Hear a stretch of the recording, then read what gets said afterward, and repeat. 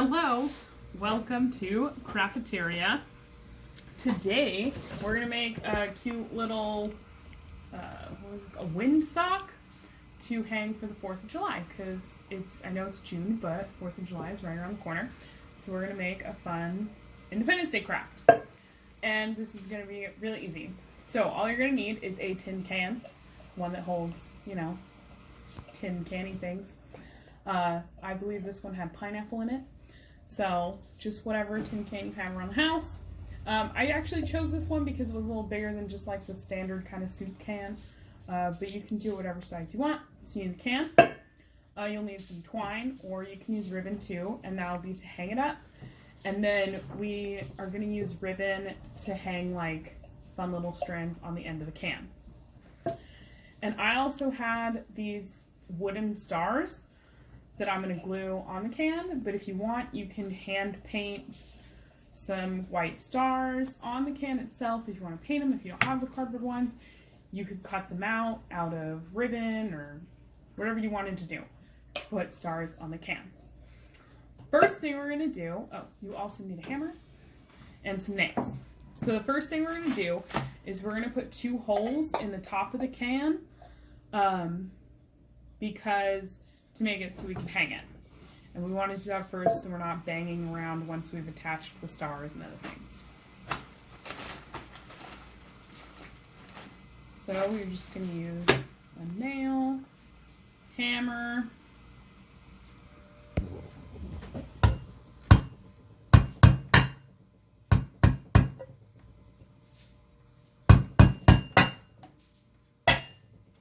just to get it through, and then you'll pull it out.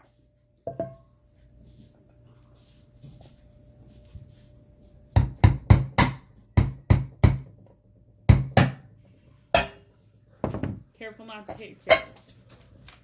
And then you have 2 fantastic little holes on the top of your can to put your things through to hang it. Okay. So now that we have our holes, and you want to paint the can, so I just painted it blue, and you can do whichever shade of blue you want. But you want to paint the can first. I mean, I painted it first just so I don't have paint like dripping through all over the holes. But yeah, so you have your cute little holes, and if your nail's too small for your string, you can stick the nail in the hole and kind of wiggle it around, and that'll expand your hole a little bit. So now, because I have these wood stars, I'm just gonna hot glue gun them, a little dollop of hot glue, and just stick it on the can. We'll do another one. So it's real easy if you have wooden stars, and you can get them at any craft place, Michael's, Joann's, internet, Amazon probably sells them. But that makes it easier because then I don't have to paint the stars, I don't have to trace the stars, I just had to have these already cut out and just get to glue them on my already painted can. So it makes it really easy. So let's glue these on. And you can just do however many you want. And I did mine, I know traditionally they're supposed to be white stars, but I did mine silver because I thought it would be kind of fun to have them be silver instead of just traditional white. Festive. And add a different color to my craft instead of it just being white. I think I'm going to put one more star and this is a really quick craft, and if you want to, you can make a whole bunch. You could even make, what might be kind of fun is if you did 3 and you did them all red, white, and blue, and then you wrote USA on each one of the cans. That might be something else fun that you could do, because this is really quick and easy, and I have hot glue all over my hands, which is fine. So now I've glued my stars, and I have this happy little can. So we're going to take and cut our ribbon, and you can use, I happen to have red ribbon, but you can use ribbon, or if you want to use like a bandana and cut that up, or even just regular fabric, red and white fabric that you have, whatever you want to use excuse me, whatever you want to use that's going to look red, white, and blue. Because this is supposed to be the stars, and then the ribbons will be the red, white, and blue, or the red and white stripes. So whatever you have is fine. So you're just going to take it and cut it about a foot or so, and you can make them different lengths. And we may as well do 7, because there's 7 red stripes, right? And this one's kind of thin. It doesn't have to be this thin. You can use thicker ribbon. And I guess I'm just going to have that many because that's all the red ribbon I have. So I have 4 pieces. And then I'm going to attach the red first, and then we'll cut out the white so we're not dealing with all these different things. So, the inside of our can. It'll be easier if you take the hot glue and put it on the can. So you'll just put a little spot of hot glue on the inside of the can. And because hot glue is very hot and we don't want to burn ourselves, you will attach the ribbon, and you can use one of your handy dandy nails to push the ribbon onto the hot glue to make it stick. And then you have ribbon hanging from your can. Wow, that was really long. And you're just gonna do that. Because I have 4 pieces, I'm gonna try to do like 4 ribbons. So 1 on each corner of the can. And again, I'm just gonna use the nail to push the ribbon into the glue.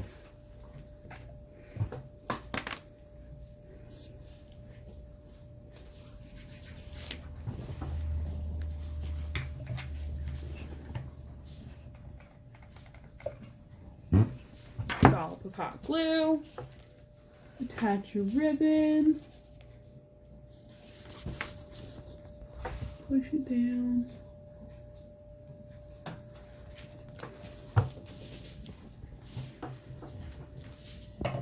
And then 1 more for my last piece of red ribbon.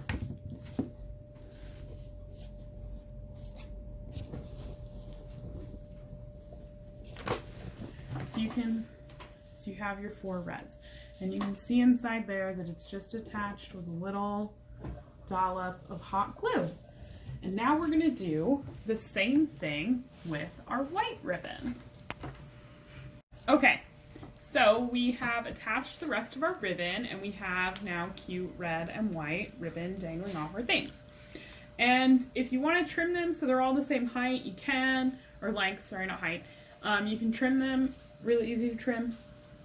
And then, so they're all similar height. I kind of like them being a little bit different lengths because I think it adds some, can't think of the word. I just think it makes it look more interesting than it all being the same height. So, now that we have done that, our final step is to attach our twine so we can hang it. So we've cut a piece of twine, I don't know, 3 feet long? Sure. But you can cut it however long you need it to be for wherever you're going to hang it in your house. And you want to make sure you have a clean cut because it'll be easier to put it through the can. So you're just going to stick it through the top of your hole and have it go all the way through. Comes out the end. Then you're going to tie a knot. I would double tie it just so that you're sure it doesn't go through the other end of the can. So you're going to tie a knot so it's stuck in there.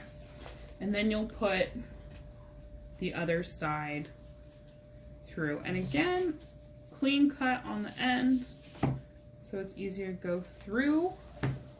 So you're just going to stick it through the top and thread it through the hole until it comes out the other end so you can find it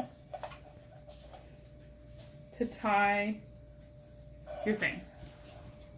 Okay, so you've pulled it through and you're tying your second knot. And this is a great opportunity to decide how long you want it to be because, so see, I cut it really long and you probably don't need it to be that long depending on where you're going to hang it. So you would just pull it through until it's a nice length that you like for where you're going to hang it. And that really depends on your personal preference and where you're putting it. So when you decide your length, you just tie your second knot. You can cut it so you don't have to tie all that extra. And then you're going to tie your second knot through it. Double knot it. So you have a nice big knot that's not going to go through. And then you pull it the rest of the way through. And there you have it. And if you're still unhappy with the length, you can always just pull the knot through one of the knots, or if your hand's big enough, stick your hand in there and just snip it to whatever length. That's the beauty of this, is that it's really easy to change to fit your needs. And then you just tie it again until you get your hanging part to a length that you like. And then you have this fun and festive tin can wind sock to hang up for the 4th of July. Yay!